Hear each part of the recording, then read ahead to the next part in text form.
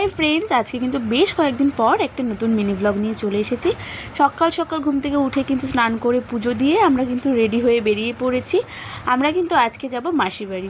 তো আমার মা কিন্তু মাসির বাড়ি যাবে বলে 2 ব্যাগ জিনিস গুছিয়েছে। তো ওইখানে গিয়েই দেখাবো তোমাদেরকে যে এগুলো কী গুছিয়েছে। তারপর কিছুক্ষণ দাঁড়িয়ে থাকার পর দেখলাম আমাদের টোটোওয়ালা কাকু কিন্তু চলে এসেছে। দেখো, তারপর টোটোতে বসে একটু ঢং করে নিজেদেরকে দেখিয়ে রাস্তার সাইডের যে ভিডিও ক্লিপ সেইগুলো নিয়ে তোমাদেরকে দেখাচ্ছিলাম। তো তারপরে চলে এসেছি কল্যাণীর সেই বিখ্যাত রেলগেটে। এই রেলগেট এমনই একটা রেলগেট যে তুমি কোথাও যাচ্ছ 10 মিনিট লেট হয়ে গেছে, সেখানে তোমার যেতে আরও 20 মিনিট লেট হয়ে যাবে। সেটার জন্য দায়ী কিন্তু এই কল্যাণী 42 নম্বর রেলগেট। রেলগেট পার করতে না করতেই কিন্তু একটা লাল কালারের বাড়ি আমার দারুণ লেগেছে দেখতে। তো যাই হোক, বাড়িটা দেখার পর আমরা দুজন টোটোতে বসে আবার একটু ঢং করছিলাম। তারপর কিন্তু কাঁচরাপাড়া হাইওয়ের সামনে একটু আমাদের দাঁড়াতে হয়েছে। কাঁচরাপাড়া হাইওয়ের পাশ দিয়ে কিন্তু এই যে কৃষ্ণচূড়া ফুল গাছগুলো রয়েছে, খুবই দারুণ লাগছিল দেখতে। তারপর যথারীতি আমরা কিন্তু আমাদের গন্তব্যস্থলে চলে এসেছি। এগুলো কিন্তু রেল কোয়ার্টার।